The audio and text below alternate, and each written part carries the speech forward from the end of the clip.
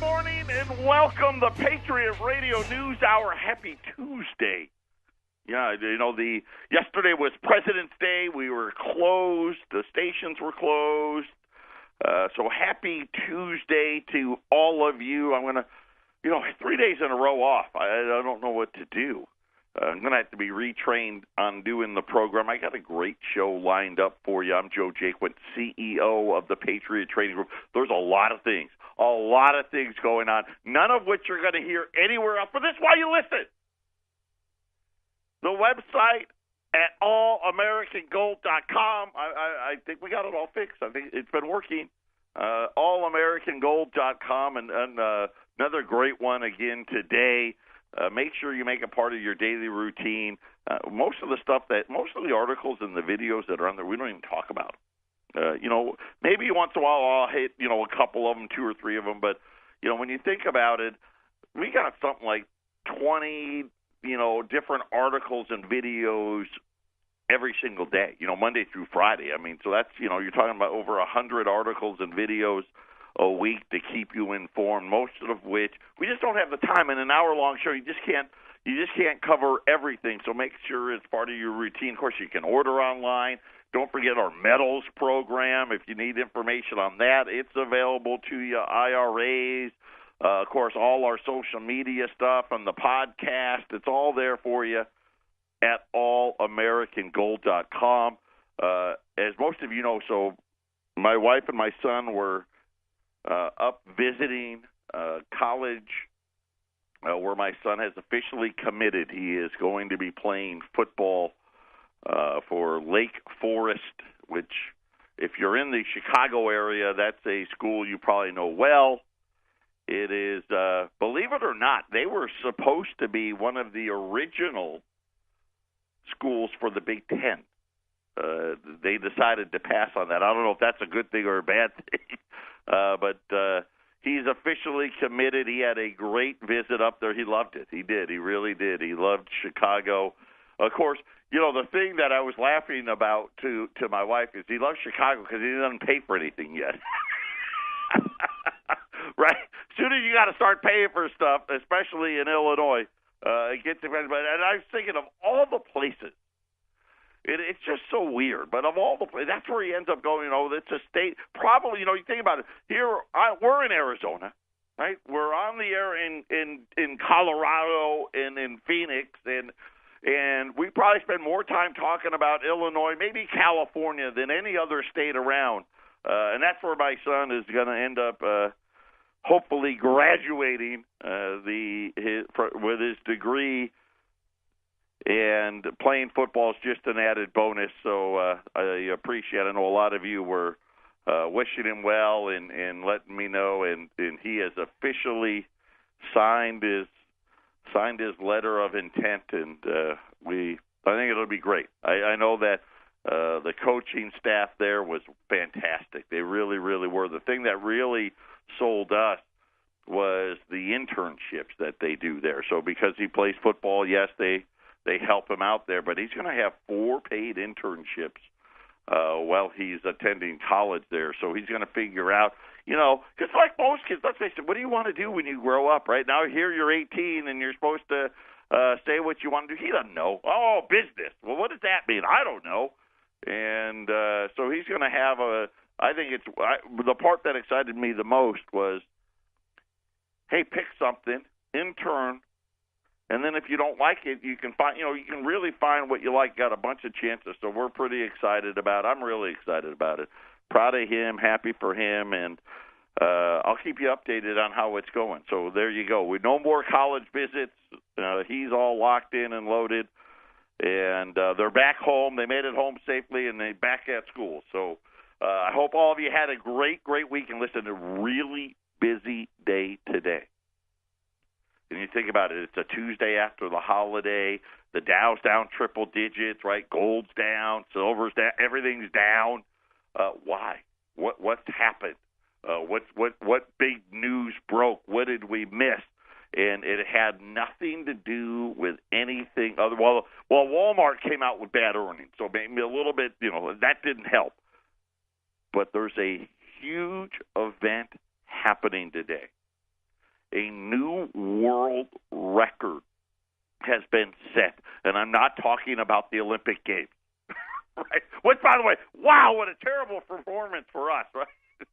We're way down in the medal count, but a new record today. Excuse me. Had to sneeze there. Had to hit the cough button. Hold on again. It's coming again. Live radio. Oh, there we go. It's over.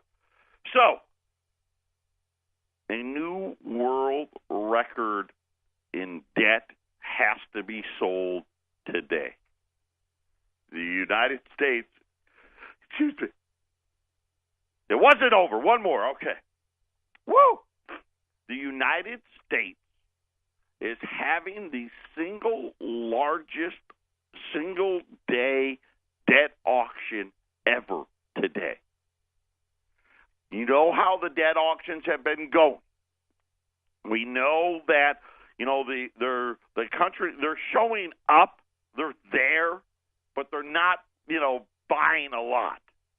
Now, when we've been talking about how the problem is, not only do they need to buy a lot, but they need to buy a lot more because we have to sell more debt. Today, $179 billion of debt needs to be sold in one day.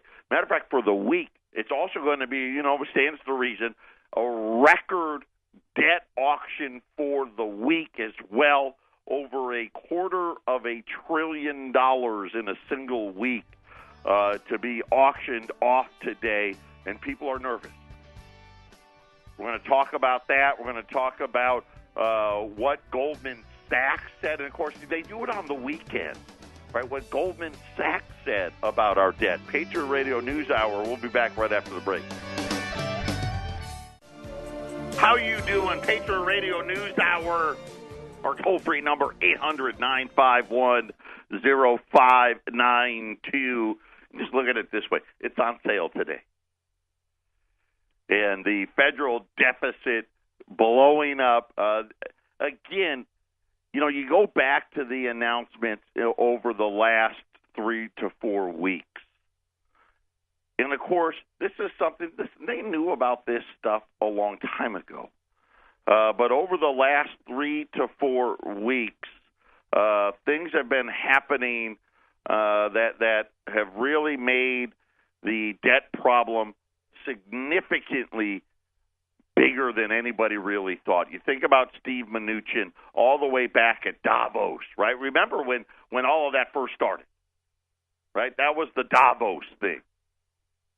And Mnuchin was like, hey, we don't really care, about the dollar short term. And really signifying, hey, we want the dollar to get weaker. And because he already knew. And, of course, everybody got upset, right? Well, everybody, the markets got upset because the Treasury Secretary is not supposed to say that stuff.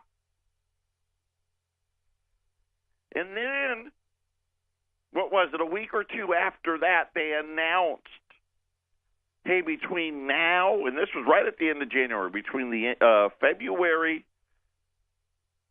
through the end of June, the Treasury has to sell a record level of debt. In other words, hey, here's our schedule. We got a lot more debt, right? Kind of, again, hit the markets hard again. Then today, we find out in a single day, $179 billion needs to be sold today. Here's how it breaks down. At 11:30 a.m. Eastern Time, $51 billion of 3-year notes, right? And so these are going to be, that's something where you really need those foreign companies, right, those foreign countries. That is short-term debt, right? This is debt that, hey, we don't put that kind of money in the bank because the banks are dangerous. We're going to buy it, and we're going to spend that money. We're going to buy crude oil with it later, or soybeans with it, or whatever, steel, iron ore, whatever it may be. Also at 11:30, $45 billion of 6-month bills. So you've got almost $100 billion, $96 billion of short-term debt. Then at 1 o'clock, and this is probably going to be the more interesting one. $55 billion. This is going to be a 4-week bill. Now, that's not the interesting part, but you can see on these treasuries how much of it is really short stuff. Then at 1 p.m. as well, it's going to be $28 billion in 2-year notes, and that's where we're seeing these jumps in the 2-year note, 5-year note. This is the 10-year note, the 30-year notes, where things get dicey. Because, hey, okay, for 4 weeks I'll buy, right? I know I'm only going to get, 2%, but it's only for a month. Big deal, I'll do it. But when it gets out to longer term, this is when the countries start getting heartburn, because they're like, well, but, here's the problem. 2 years from today, right, my economist is telling me, hey, the dollar's going to be in the 70s or the 60s or wherever it's going to – the dollar's going to fall, 10, 15, 20%, and I'm only going to get a yield of about 2%. Yeah, I'm not that interested.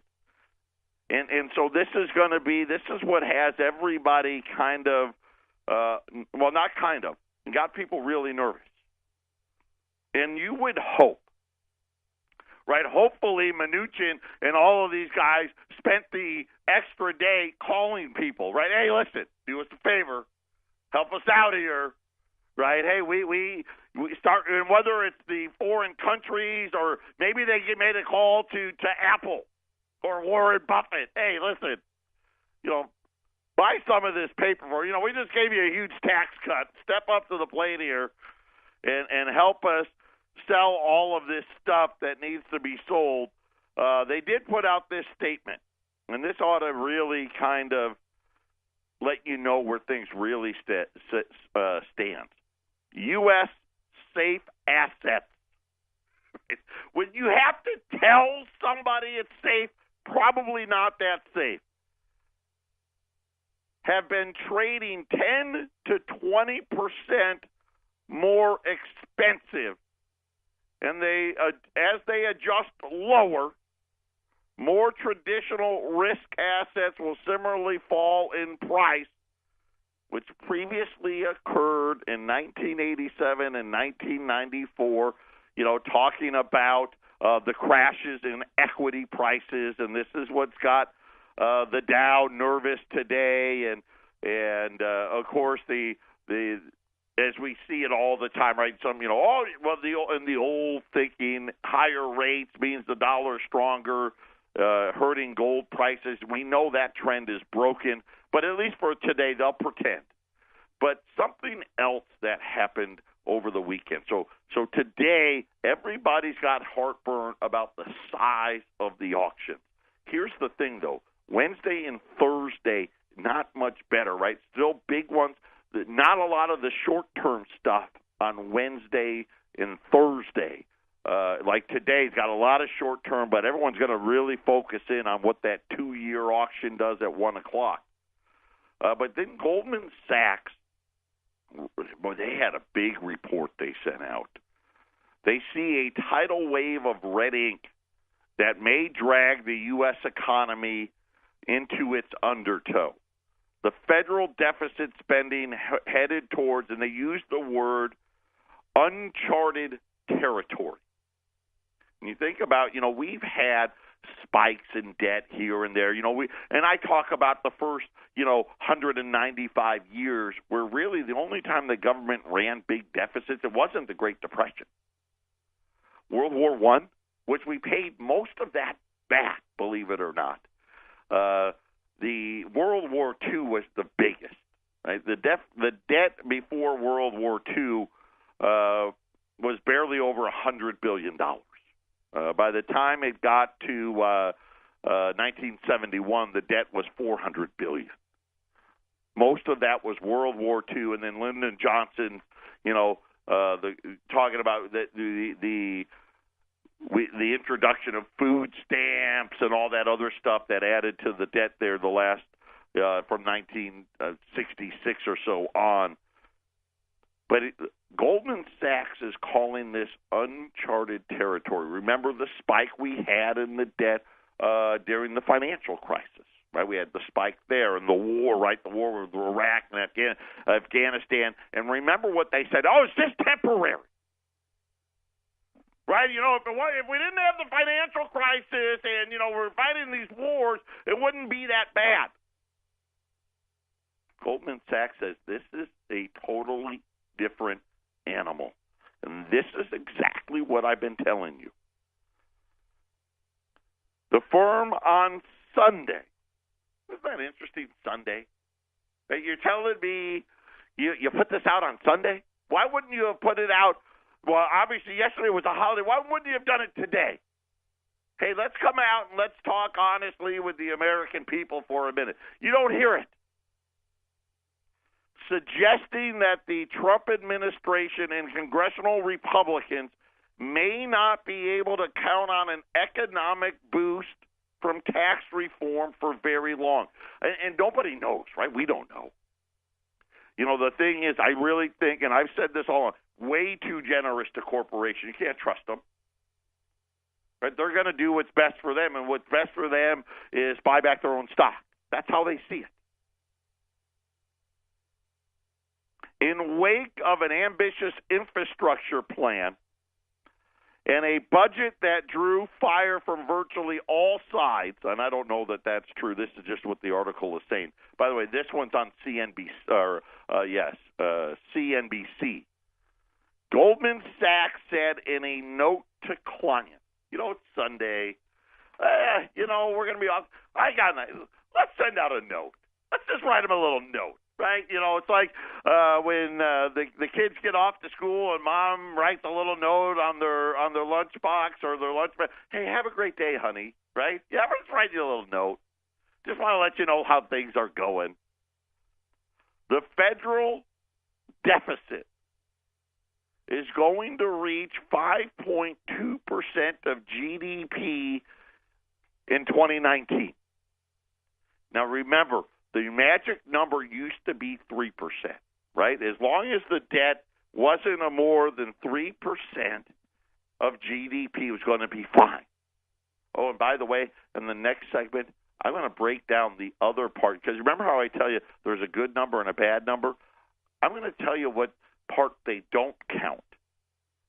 And it's actually pretty surprising. But nonetheless, the good number. So when Goldman Sachs is talking about the deficit, they're talking about the good number.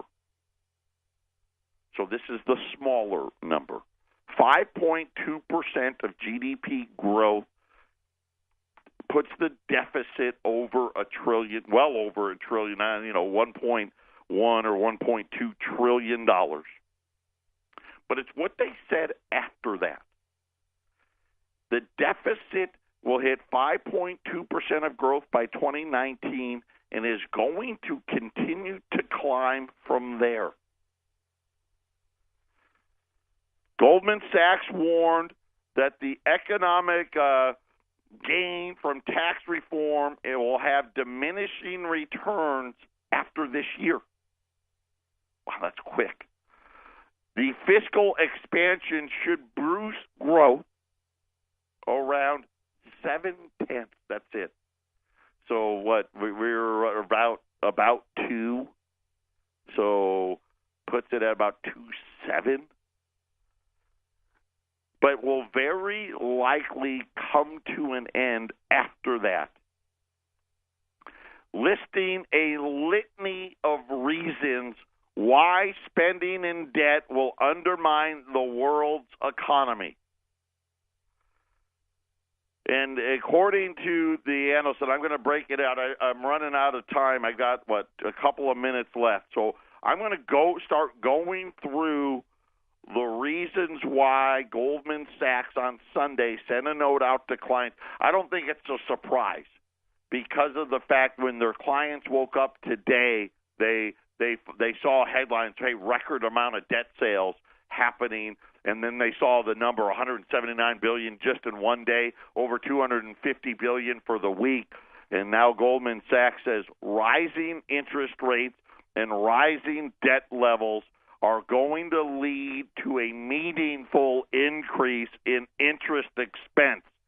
Our own current projections, the federal interest expense all by itself will be 2.3% of GDP by 2021 and will be over 3.5% of GDP by 2027. Now, if $1 trillion is you think about the numbers, about 1.2, 1.3 trillion is 5%. And you think about, GDP, it's going to go higher than 20 trillion over the next 8, 9, 10 years. But you think about what Goldman's predicting. Just the interest on the debt, just the interest payment, is going to be north of $1 trillion in the next 10 years. Let that sit there for just a minute. Because last year, we only paid about $240 billion in interest.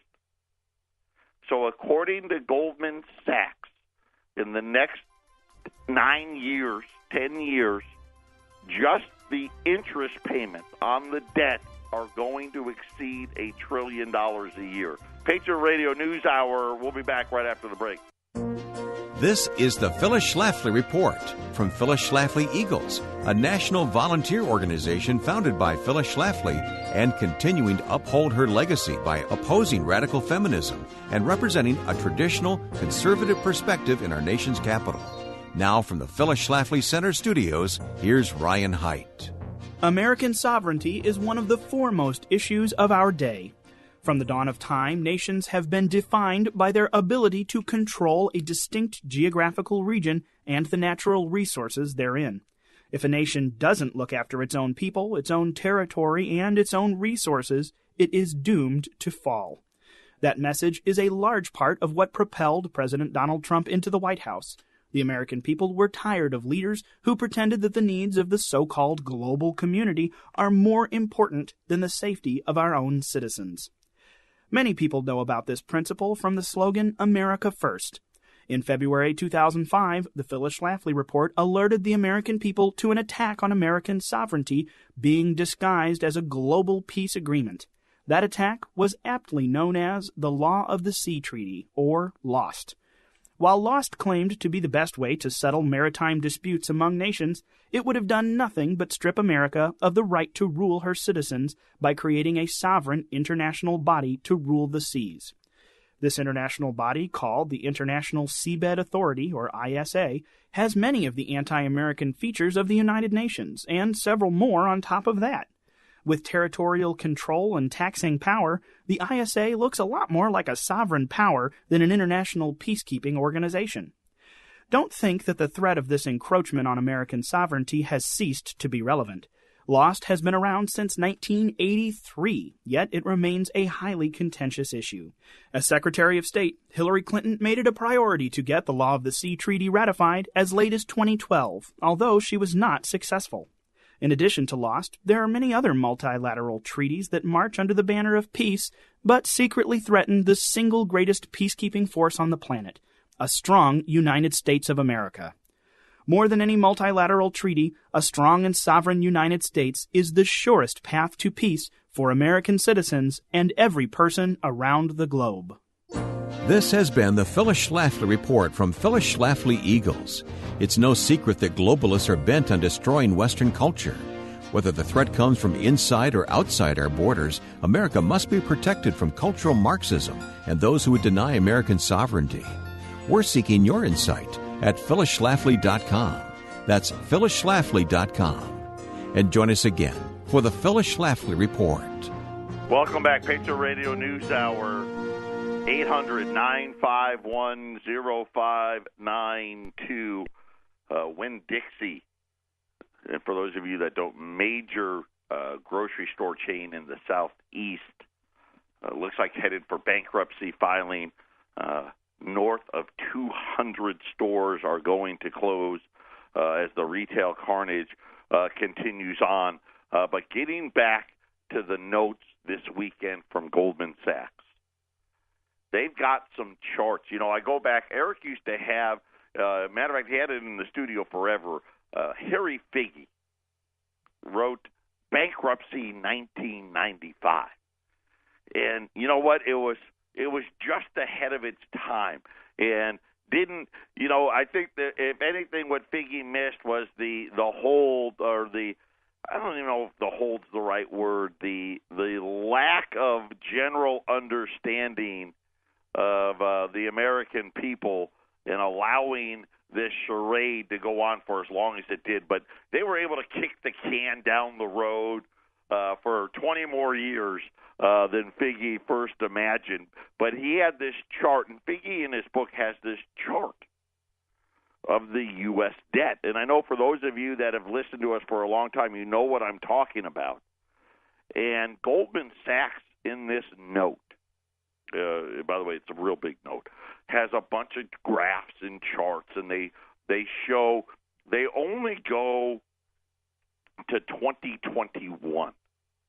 And I'm going to say part of the problem, this number's actually on the light side, because they're using 2017 CBO baseline as their starting point. So we know that has changed since they not only did they get the tax cuts done, but the new 2-year deal. But even using those numbers, I'm going to round up here because it's so close, $1.5 trillion of the quote-unquote good debt number a year by 2021. So you think about this is 2018, so 2019, 2020, 2021, 3 more years. The debt's going to go from, over $1 trillion. Right now, by the way, they have this year's number clocked in at just over $1 trillion. So we're going to add, according to Goldman, $100 billion a year, about $150 billion a year for the next 3 straight years in a row, $1.5 trillion, and then it only gets worse from there. But here's what they said is the problem. And they named pretty much everything. Social Security is a problem. Right? Expenses for medical and the interest on the debt and all of these other things that Goldman pretty much went through almost line by line along the budget and said, this is a problem, that's a problem, spending here, spending there, medical, Medicare, Medicaid is a problem. Another thing they brought up, income support programs. So I'm not sure what they think is going to happen. The government, we got all these welfare-type programs, obviously food stamps being the biggest one.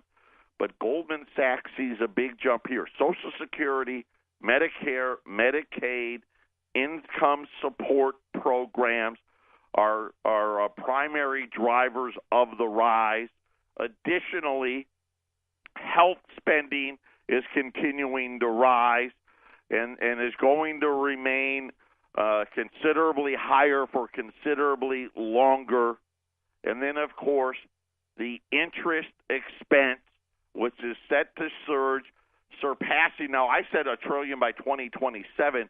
Goldman in this note, because they sent out 2 different notes on Sunday, surpassing $1 trillion in the next few years. That's a whole different picture. But in there, they have a chart that looks just like Harry Figge's Bankruptcy 1995. Eric called it the hockey stick chart of the explosion in the debt levels that they foresee coming here to the United States. And then, when you start looking at it, and then they say it's very simple from here. Essentially, what Goldman Sachs is saying is we are hitting the point where the debt levels are so high that they essentially take away from the growth. In other words, the government's got to spend the money on, by the time they get Social Security paid for, Medicare paid for, and the military paid for, and the interest on the debt paid for, you're already over $1 trillion in debt just from that. Then you got to get everything else done. Right? All the food stamp programs, running all that stuff, Department of this and the Department of that, and all those other things. And Goldman Sachs says that after 2019, the deficits are going to have severe economic consequences for the growth of the United States.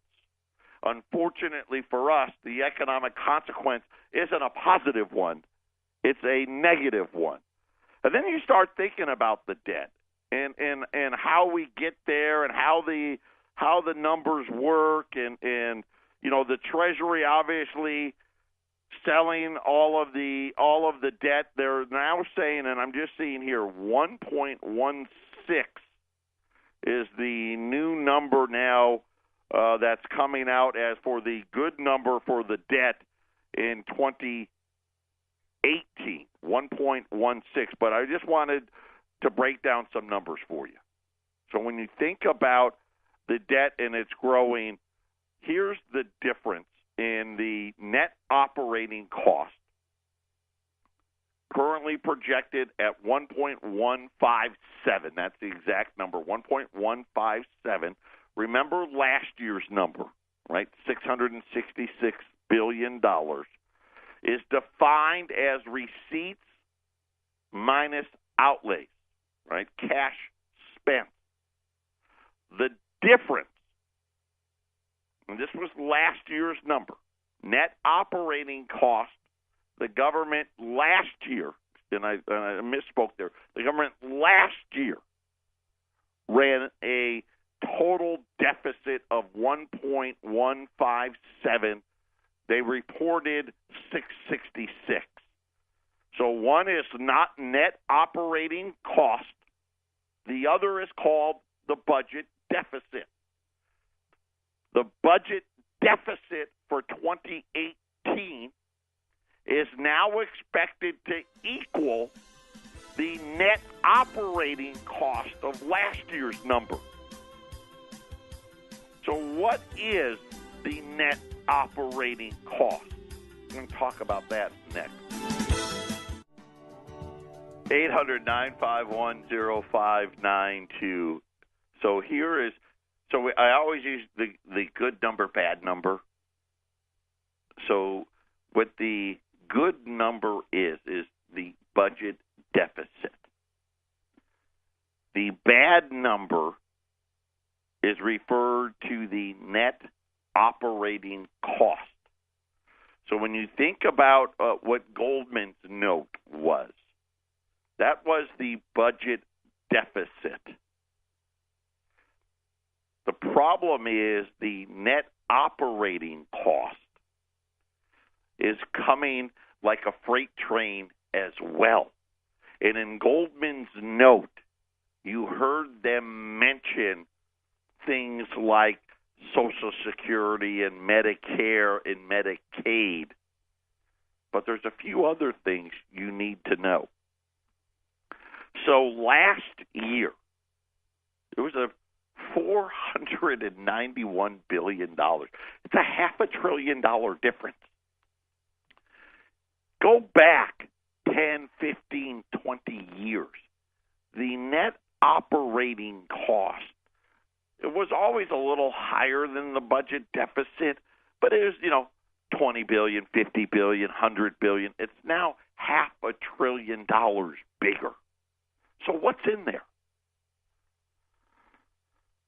Primarily, the number one item for the difference in the $491 billion, remember, this was last year's number.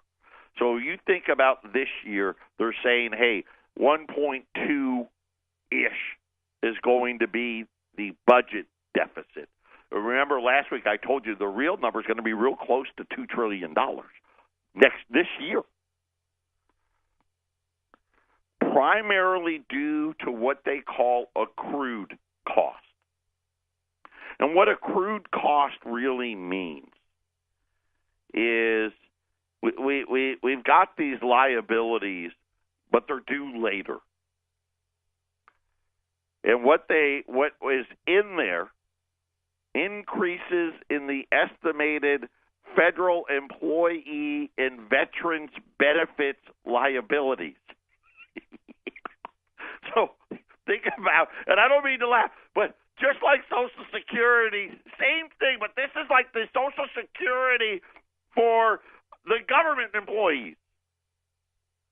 And it says that the increase in the estimated federal employee and veteran benefit liability and certain other liabilities that are included in the net operating cost, but not in the budget deficit, right? Because when we don't have to spend, here's the thing, the government didn't put the money away, right? That's why you have two different deficit numbers, and they're both blowing up gigantically. But just like everything else, as the population gets older, those what I'll call net operating cost budget numbers are really going to come home and hit us hard.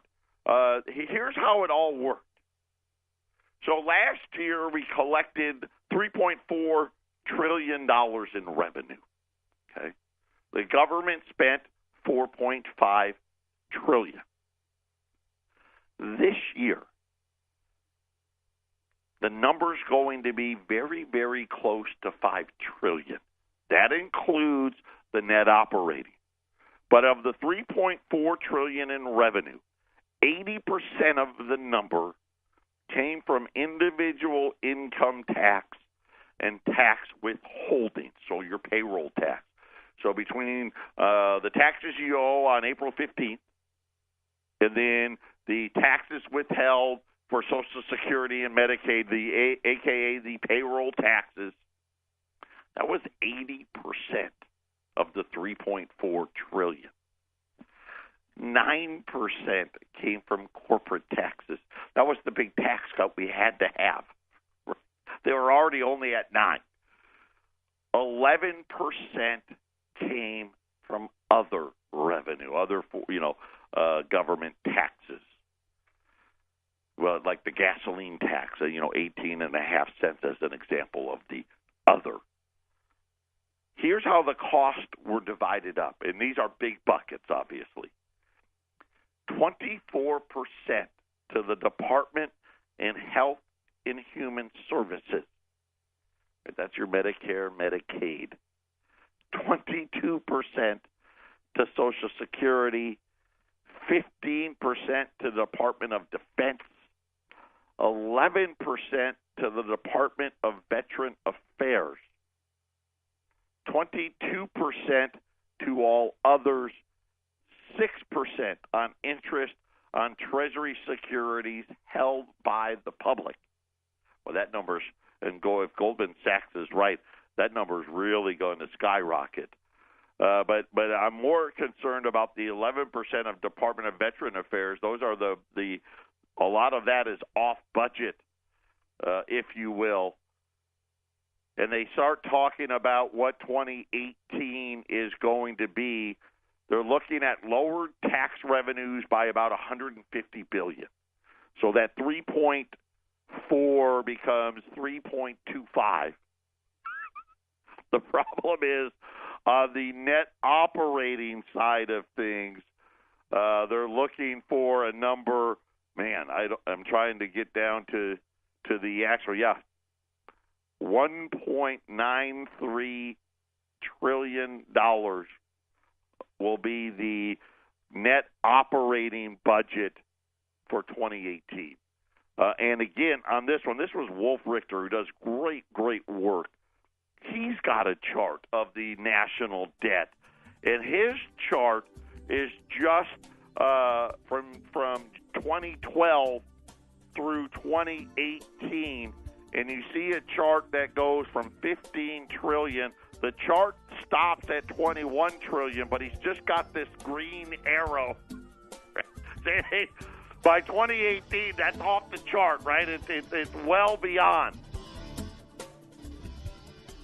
I've already told you. I really think we're going to have a deficit somewhere between 24 and 25 trillion before 2019 ends. Patriot Radio News Hour, final segment coming up. Final segment on this Tuesday. Not to be outdone, Morgan Stanley put out its note. They put it out on Monday. I guess they saw Goldman's note on Sunday, so we better get something out there. Andrew Sheets, the chief cross-asset strategist, whatever that means, said in a note on Monday that the 10% decline that we saw on February the 8th in the Dow Jones, S&P, and NASDAQ composites are just an appetizer and not the main course. Our cycle model suggests that developed markets, okay, not the emerging, the developed markets, remain in the late stages of a late cycle environment. That's a lot of lates. Rising equities, rising inflation, tightening policy, higher commodity prices, and higher volatility are going to be the normal pattern. Talking about the 10-year note only, kind of like Goldman Sachs. Get ready.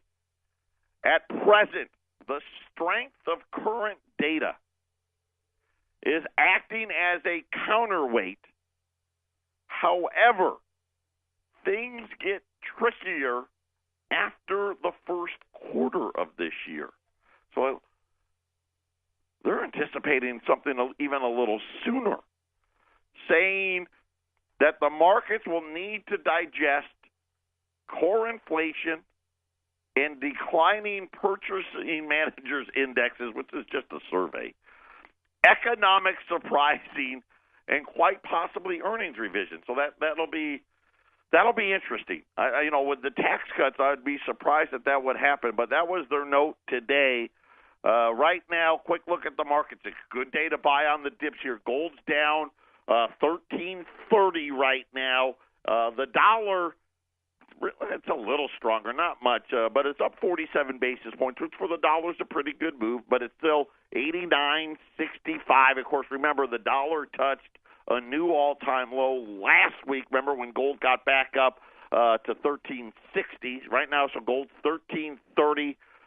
Silver at 16.5, a little over 16.50 right now, and the Dow's down 100-plus points. Right now, the 10-year note sitting right at the 2.9, 2.91, now 2.91 and up 2.91, 2.92. The big move won't happen until after the auction this afternoon with that 2-year note. By the way, the 2-year yield is already rising. 2-year yield is the highest level since 2008.